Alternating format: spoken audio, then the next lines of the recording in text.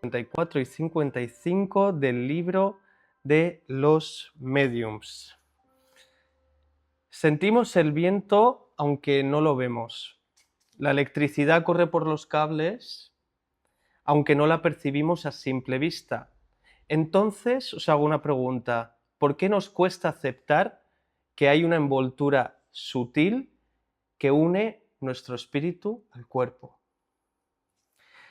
A lo largo de la historia de la humanidad se ha buscado comprender que somos realmente.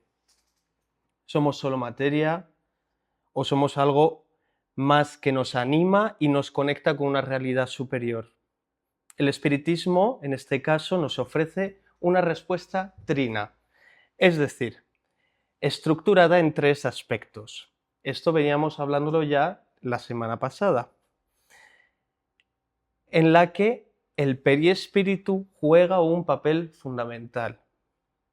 Comprender el periespíritu nos permite ampliar nuestra visión sobre la vida y la muerte, entender mejor nuestra relación con el cuerpo y el impacto de nuestros pensamientos y emociones en nuestra salud. Nos abre también una puerta a un conocimiento más profundo del ser humano y de nuestra evolución espiritual. Hoy vamos a explorar esta naturaleza, su naturaleza, su función y su importancia en nuestra existencia. Porque así como el viento no necesita ser visto para ser real, el periespíritu nos envuelve y nos acompaña en nuestra jornada evolutiva, aunque nuestros ojos materiales no puedan percibirlo. Bienvenidos de nuevo al estudio de hoy, en el que vamos a tocar los puntos 54 y 55 del libro de los mediums, escrito por Allan Kardec en París en 1861. Hoy no vamos a hablar de las numerosas observaciones y hechos irrefutables que se van a discutir a lo largo de estos estudios, pero sí vamos a entender que hay tres componentes que componen al ser humano. El primero de ellos es el alma, o, si bien así queremos decirlo, al espíritu o principio inteligente, en el cual reside el sentido moral. Detengámonos brevemente aquí.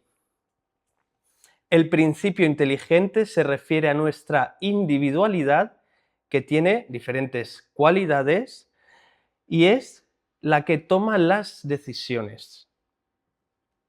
Nuestro espíritu no es un ser que va a la deriva, guiado por un destino fatal. Más bien es una inteligencia que toma las decisiones de su propio camino en el universo. Pero profundizaremos más en esto en el punto 55. Nos dice también que la segunda parte que compone al ser humano es el cuerpo, y que esta es una envoltura densa, material, y que tiene un carácter transitorio. Puesto que está diseñada conforme a las necesidades, fijaos esto, a las necesidades de aprendizaje de cada uno de los seres humanos. Cada uno tiene un cuerpo específico para su aprendizaje. Finalmente vamos a encontrar este tercer elemento imprescindible que mencionábamos en el enunciado, que no llega a ser ni el cuerpo material ni tampoco el espíritu. Está constituido por una materia quintaesenciada, la cual forma esa envoltura fluídica semimaterial o periespíritu, si así lo queremos llamar respecto, como nos menciona Kardec, sirviendo de lazo entre el alma y el cuerpo, entre el espíritu y el cuerpo material. Entonces la muerte no es el fin, sino una mera transición.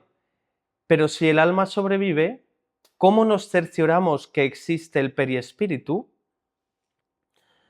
Podemos evidenciarlo con lo que se puede observar que a veces el espíritu es capaz de hacerse visible o perceptible ante los asistentes de una reunión mediúmnica.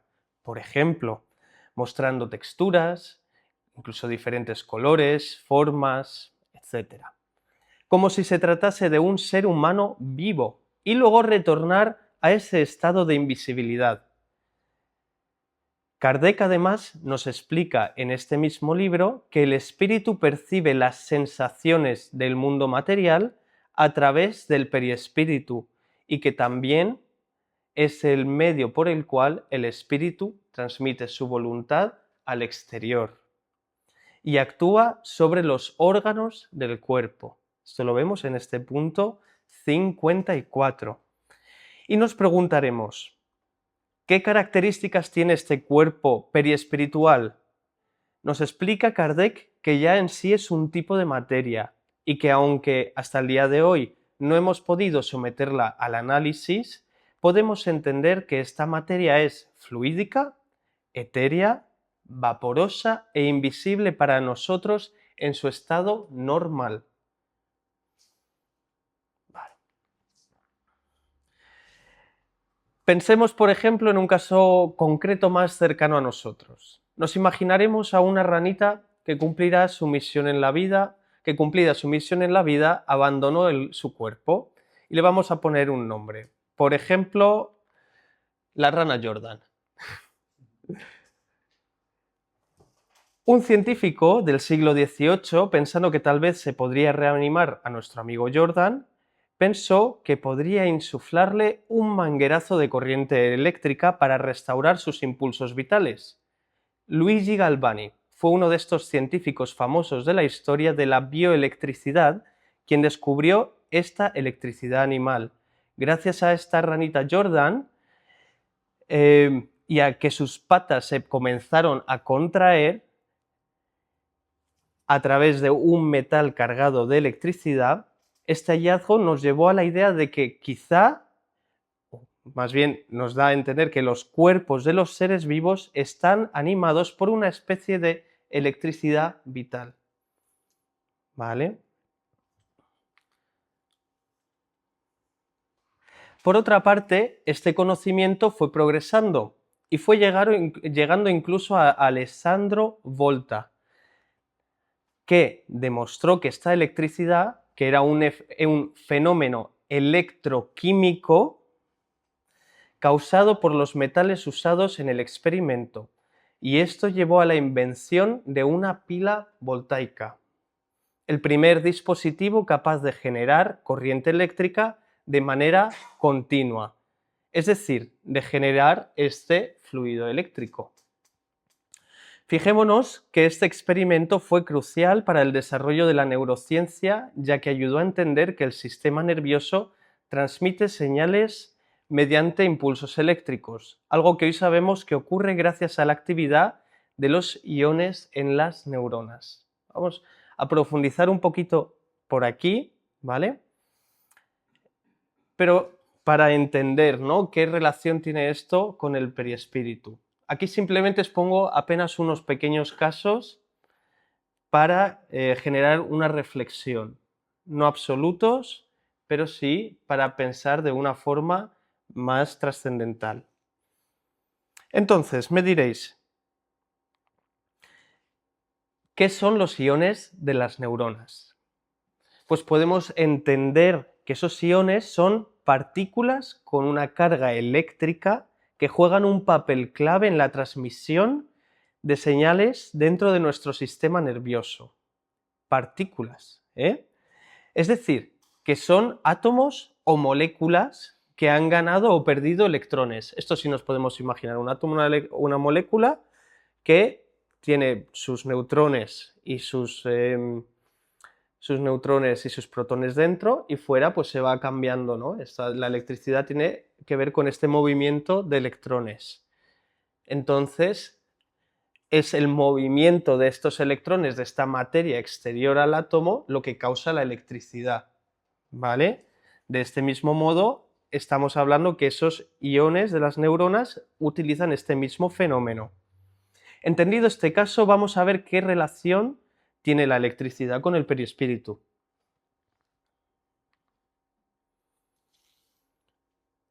La electricidad es el movimiento de cargas eléctricas, generalmente de electrones, como mencionábamos antes, a través de un material conductor. Se precisa ese material conductor. Este flujo de electrones es lo que llamamos corriente eléctrica. Así como la electricidad precisa de un material conductor para transmitir sus cualidades, el perispíritu precisa del cuerpo humano para transmitir las informaciones dadas por el espíritu. La electricidad no la podemos ver directamente, pero sus efectos son evidentes, como la luz de una bombilla, el funcionamiento de un motor.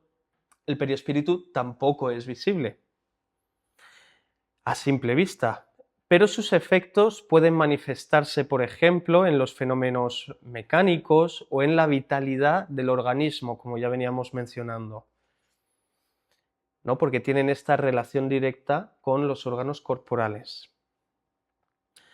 Y no es en balde que estemos hablando del sistema nervioso, pues sabemos que la mediumnidad, que se da a través del perispíritu, acciona directamente sobre el sistema de las neuronas. Aunque el perispíritu no es electricidad, su naturaleza es fluídica y su papel como intermediario entre dos planos hacen que se le pueda comparar en ciertos aspectos con la electricidad, especialmente en su capacidad de transmitir energía, información e influencia.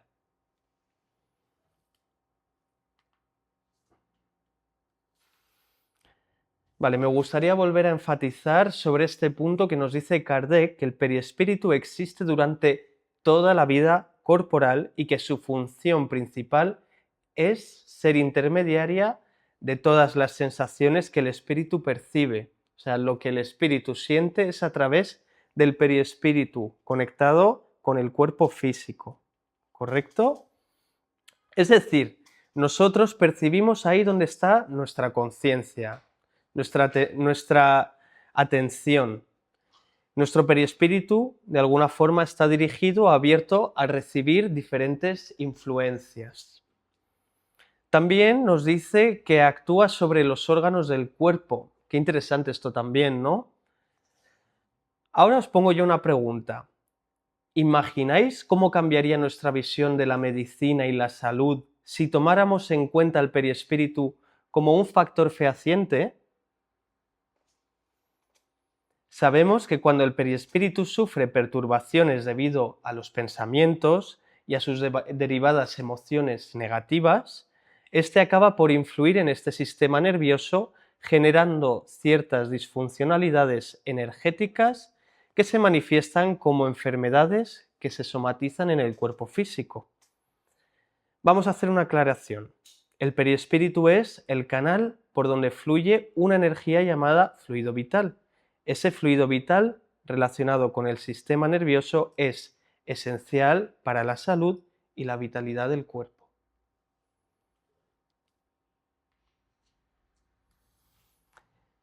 Y para entender aún un poquito mejor el perispíritu, Kardec nos da esta idea de que el perispíritu puede ser como ese hilo conductor eléctrico que sirve para la recepción y la transmisión del pensamiento. Es decir, el espíritu imprime el pensamiento en el perispíritu y este lo transmite al sistema nervioso y, en definitiva, a las acciones y resultados que se materializan en nuestro cuerpo físico.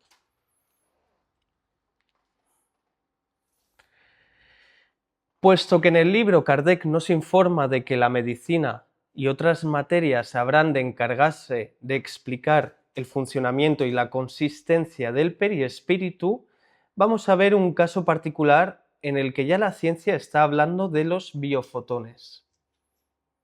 Esta evidencia de la transmisión de información desde los sistemas biológicos a partir de los biofotones fue desarrollada por el físico Fritz Albert Popp.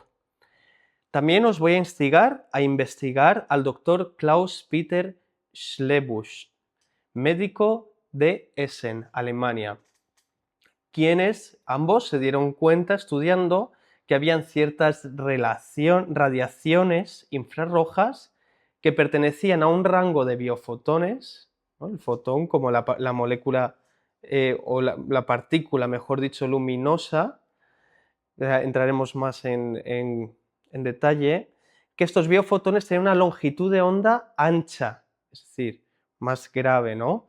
Que parecían ser idénticos al sistema de meridianos descritos por la medicina china. Cuando hicieron estas investigaciones había una correlación con esto, ¿no?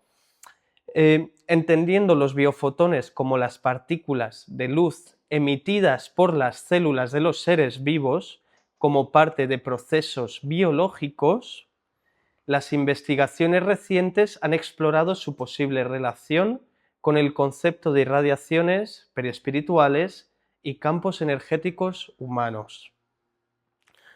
Bueno, aquí hay más informaciones que seguro podemos encontrar, ¿no? Pero podemos ver que algunos de los principales descubrimientos fueron esta medición de los biofotones. Y se usaron ya cámaras ultrasensibles y fotomultiplicadores para detectar estas emisiones en la piel, principalmente en la frente, en las manos y en el cuello, y se observó además que la intensidad de los biofotones varía según el estado emocional y la salud del individuo. Esto ya, veis, ¿no? La correlación de lo que están diciendo estos dos físicos, el doctor y el físico, con las enseñanzas de los espíritus y de Kardec. Algunos investigadores sugieren que estas irradiaciones escritas en las tradiciones espirituales podrían estar vinculadas a estas emisiones de luz ultradébil. Por eso puede ser que orgánicamente haya cuerpos preparados para asimilar y percibir estas irradiaciones. Más hasta aquí. Así pues, está este investigador de medicina teórica, Ishar Dalmau Santamaría, que nos explica, como investigador de medicina en la Universidad Autónoma de Barcelona, en relación a sus estudios dentro del campo de la acupuntura y el análisis del Qigong o Qigong, que se podría identificar que en la medicina china estos meridianos son como unos cables de fibra óptica que llevan gran cantidad de bioinformación en forma de biofotones y con la función, entre otras, de contribuir a la regulación y organización de los sistemas biológicos, tal cual está expuesto en su investigación. Ahora, fijémonos en esta similitud que tienen los estudiosos con aquello que ya nos viene enseñando el espiritismo acerca del periespíritu, como este modelo organizador biológico o periespíritu. Es que además usan las mismas palabras para describirlo, ¿no? Con esto no estoy diciendo que este sea el camino definitivo del periespíritu, ni mucho menos, sino más bien estamos comentando algunos aspectos que la ciencia comienza a vislumbrar y empiezan a abrir las primeras puertas hacia el conocimiento de lo que puede ser el periespíritu y de su complejidad. Apenas ahora para compartir algunas impresiones de estos primeros acercamientos de estos estudios por esta universidad. Pero seguro que podríamos extendernos mucho más acerca de los fotones o partículas mínimas de energía luminosa que son producidas, transmitidas y absorbidas por otros cuerpos.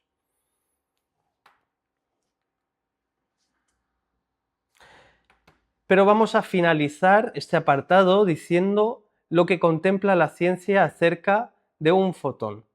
Y nos dice que un fotón no puede tener masa y por tanto no pesa nada. Se nos hace esta reflexión bastante interesante, ¿no? Pues esto va directamente relacionado con ciertas de las propiedades que nos comenta Allan Kardec de este fluido o de estos fluidos espirituales, pero les compete a los científicos e investigadores de la actualidad avanzar y esclarecer acerca de este tema.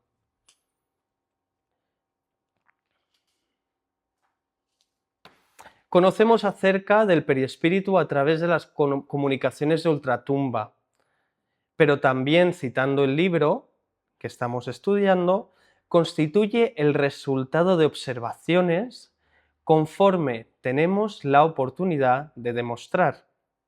Por el momento, y para no anticipar los hechos que más adelante relataremos, nos limitaremos a decir que sea durante la unión del cuerpo o bien después de haberse separado de él, el alma nunca está separada del periespíritu. ¿Vale? Existe esta separación con el cuerpo físico, pero no del periespíritu. Ya tenemos una idea más acerca de este periespíritu, pero ahora vamos a comprender qué habla Kardec y los espíritus acerca del espíritu, del alma. Lo consideran como una llama, una chispa. Paremos aquí y nos fijamos en lo interesante de esta cuestión. Nos habla del motor, el principio intelectual y moral, al cual no le podemos atribuir una forma determinada. Este espíritu o chispa se llama siempre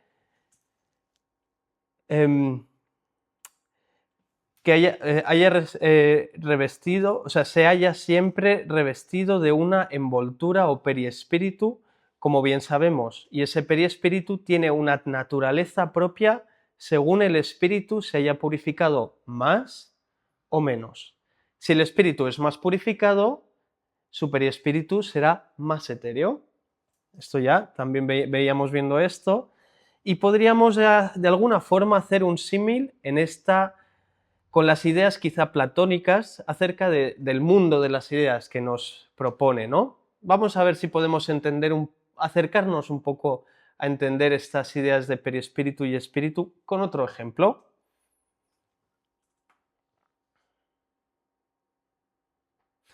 Vale, aquí en pantalla, vale, vemos unas mesas.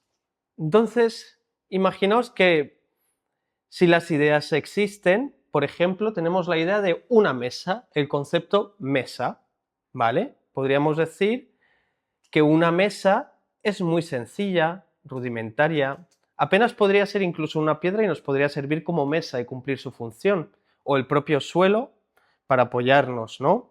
A medida que la inteligencia va aumentando, podemos ver incluso mesas de 3 patas, las que tienen las patas en el centro de la mesa, que tienen las patas al exterior, que son más altas, más bajas, mesitas para sofás, mesitas de noche.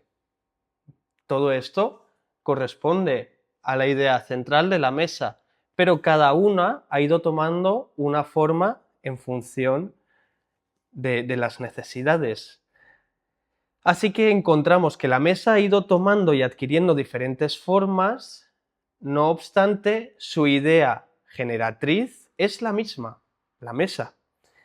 Podríamos imaginarnos a nivel evolutivo que estas mesas cada vez son más complejas e incluso llegando a este periodo barroco, como la que vemos en pantalla arriba a la derecha, que ya casi tiene un carácter churrigueresco, osado y prácticamente decorativo, a veces incluso faltando a su funcionalidad como un mero elemento decorativo.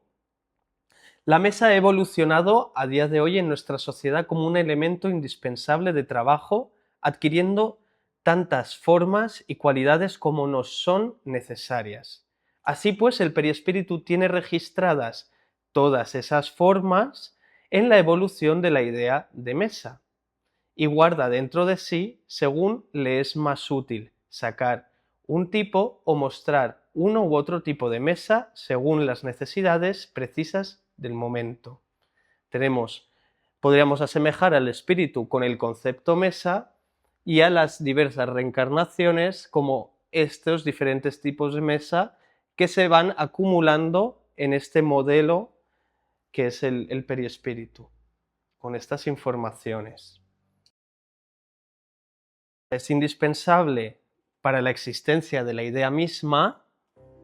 Del mismo modo, el espíritu es inseparable del periespíritu y el cuerpo material se referiría quizá a esa mesa que está ya materializada, hecha, ¿no? La hemos traído a este mundo. espíritu nos abre las puertas a una comprensión más profunda de nuestra existencia y de la conexión entre el espíritu y la materia. A lo largo de la historia, diversas observaciones y experimentaciones han reforzado que la doctrina espírita nos enseña sobre su papel como intermediario entre ambos planos. Sin embargo, aún queda mucho por explorar. Obras como este libro de los Mediums de Allan Kardec o Mecanismos de la Mediumnidad de André Luis, dictado a través de la psicografía de Chico Xavier, nos brindan valiosas explicaciones sobre estos fenómenos, que este estudio no sea un punto y final, sino el inicio de una búsqueda más amplia donde la razón, la experimentación y la reflexión nos acerquen cada vez más a la comprensión de nuestra verdadera naturaleza. Gracias.